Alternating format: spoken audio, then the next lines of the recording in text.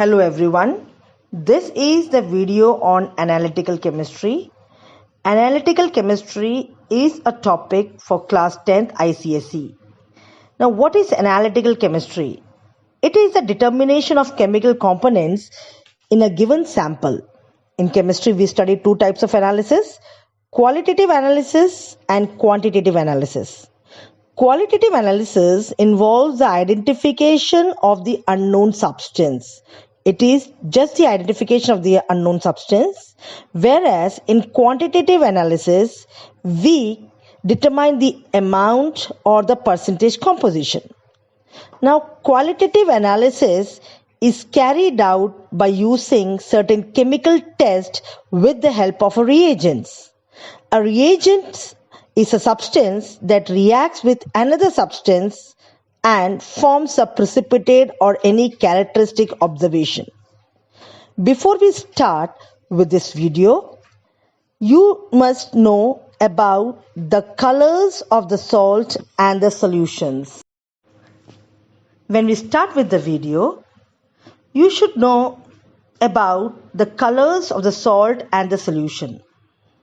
The salts of representative elements of the periodic table, that is from group 1, 2 and 13 to 17 are generally colorless, while the salts of the transition elements, that is from group 3 to group 12 are generally colored. Now some colored ions are copper ion, which is blue color, ferrous ion light green color, nickel light green, chromium green, manganese pink, and iron Fe+3 ferric ion is yellowish brown in color. Some of the colored anions are permanganate ion, which is purple or pink color, dichromate ion, which is orange, and chromate ion, which is yellow in color. Now we'll see certain reactions where sodium hydroxide is used as a reagent, and we'll see the action of sodium hydroxide solution on certain metallic salts, and also we are going to look to the observations which we'll see when we add sodium hydroxide. Now if we start with the first reaction, you can see sodium hydroxide has been written in common, that is the common reagent. We are going to add it to calcium nitrate salt solution. Now calcium nitrate salt solution is generally colorless, and when you add sodium hydroxide to the calcium nitrate solution, what is the precipitate you get? You get the precipitate of calcium hydroxide. This is the example of double displacement reaction. Calcium hydroxide is a precipitate which is white in color, and when you add sodium hydroxide in excess, the white color precipitate becomes sparingly soluble. Now when it is asked to write the complete reaction of calcium nitrate and sodium hydroxide, it goes as, it forms calcium hydroxide and sodium nitrate. What is a precipitate is calcium hydroxide, which is written, you can see it on the display screen, and what gets in the solution is sodium nitrate. So what is the visible observation? The first test is the formation of calcium hydroxide, a white color precipitate, when you add the reagent sodium hydroxide. Now in the second reaction, again, which is these are the examples of double displacement reaction. Now when you add sodium hydroxide to pale green solution of ferrous sulfate, what is the observation you get? You get the observation of a dirty green precipitate of ferrous hydroxide. Ferrous hydroxide is insoluble, that is, it is in the form of a precipitate. And what happens if to this dirty green precipitate you add NaOH in excess? Well, the precipitate still remains insoluble. So the second observation what you get is a dirty green precipitate, and the reaction goes as FeSO4 plus NaOH gives FeOH whole twice, ferrous hydroxide, which you see on the display screen, plus the sodium sulfate. Sodium sulfate is colorless and it remains in the solution. What is observed is ferrous hydroxide precipitate.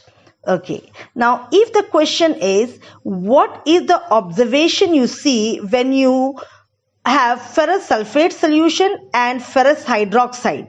Well, ferrous sulfate is a pale green solution and ferrous hydroxide is a green color, dirty green color precipitate. Okay, moving on to the third reaction.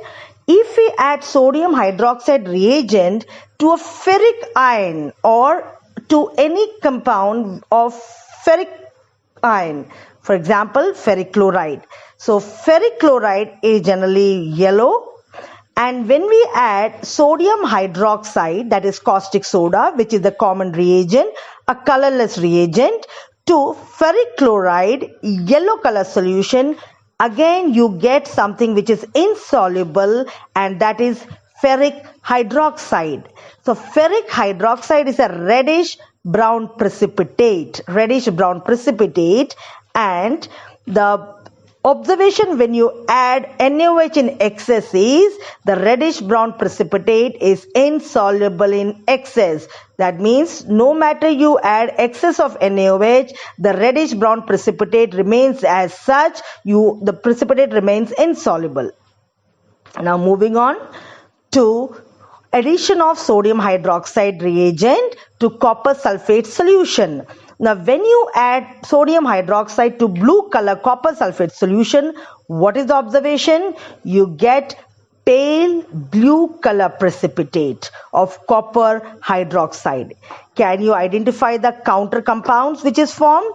Yeah, or the byproduct? The byproduct of the reaction is, like for example, if I take CuSO4 plus NaOH, it is the copper hydroxide, which is a pale blue color precipitate, and sodium sulfate. Sodium sulfate is colorless, it is soluble, that is why it is present in the form of ions in the solution. But what is insoluble, what is observed is copper hydroxide. Now, in excess also, the pale blue precipitate remains insoluble. Now we'll go with the next reaction. What happens when you add sodium hydroxide solution to zinc sulfate solution? Well, both of them are colorless. When you add sodium hydroxide to zinc sulfate solution, you see the reaction between NaOH and zinc sulfate.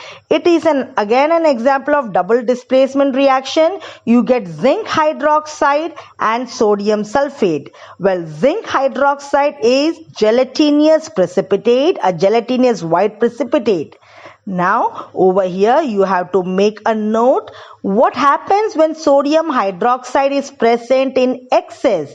When sodium hydroxide is present in excess, zinc hydroxide gets dissolved and it becomes soluble in excess. So that is what is the observation when you add sodium hydroxide in excess. Okay, now we'll moving on to the next reaction. When we add common reagent sodium hydroxide to lead nitrate, what is the observation? The observation is the reaction of NaOH with lead nitrate. So it forms PbOH whole twice, plus what is the byproduct? The byproduct is NaNO3, sodium nitrate. Sodium nitrate is colorless, it is soluble, so it is present in the form of ions. What is insoluble is lead hydroxide. Lead hydroxide is a chalky white precipitate. Lead hydroxide is a chalky white precipitate which is clearly visible in the test tube when you do the reaction. Now, when you add sodium hydroxide in excess to this lead hydroxide precipitate, you see that the precipitate becomes soluble in excess of NaOH. So this is the observation what you see when you add sodium hydroxide, first in small amount and then in excess. So when you add in small amount, you have a chalky white precipitate, but when you add in excess, the chalky white precipitate becomes soluble. and it forms a colorless solution in which you have sodium plumbite. So sodium plumbite is soluble, and that is formed when sodium hydroxide is added in excess. Next reaction is the reaction of sodium hydroxide with any ammonium salt. Over here, I have taken ammonium chloride. So when sodium hydroxide is heated with ammonium salt, always remember ammonia gas is evolved. Here I have taken a salt of ammonium ion, that is ammonium chloride. When NaOH is added to ammonium chloride, it forms NaCl plus water plus ammonia gas. So what is the observation over here? It is the liberation of ammonia gas, which is a pungent smelling gas. This all reactions shows how the salt solution reacts with the reagent sodium hydroxide. Even we can say that potassium hydroxide or the caustic potash solution also gives the similar behavior or the similar observation. We'll see the question. What happens when sodium hydroxide is added to zinc sulfate solution in small amount and then in excess? Write down the complete reaction involved. Well, when sodium hydroxide is added in small amount, it forms a gelatinous white precipitate of zinc hydroxide, which dissolves in excess of sodium hydroxide solution to form a colorless solution. The reaction goes zinc sulfate solution, aqueous, it is having zinc ions as well as sulfate ions, plus sodium hydroxide solution. So when these two react, you have zinc hydroxide and sodium sulfate. Zinc hydroxide is insoluble, so it is in the form of a precipitate. Now, when you add in excess of sodium hydroxide, zinc hydroxide precipitate becomes soluble because of the formation of sodium zincate, which is Na2ZnO2. Now, in the next video, we are going to see the action of ammonium hydroxide on certain salt solutions.